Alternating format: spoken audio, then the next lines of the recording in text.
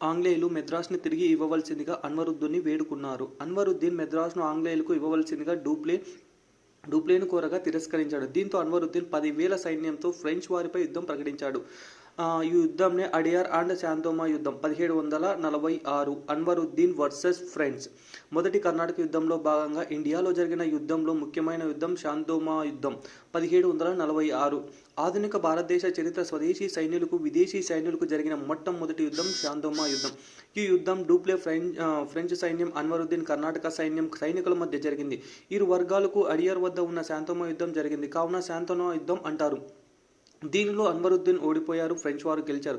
మొదటి కర్ణాటక యుద్ధం ఎక్స్ లా చెప్పల్ ద్వారా ముగిసింది. మొదటి కర్ణాటక యుద్ధ ఫలితాలు వచ్చేసి ఫ్రెంచ్ వారి పలుకుబడి పెరిగింది, స్వదేశీ రాజులు సైనిక బలహీన పడింది. ఉదాహరణ శాంతోమా యుద్ధంలో అన్వరుద్దీన్ ఓటమి ఐరోపా వారు ఇండియా జయించుటకు సులభమని గ్రహించారు. మొదటి కర్ణాటక యుద్ధంలో ఫ్రెంచ్ వారు గెలిచారు.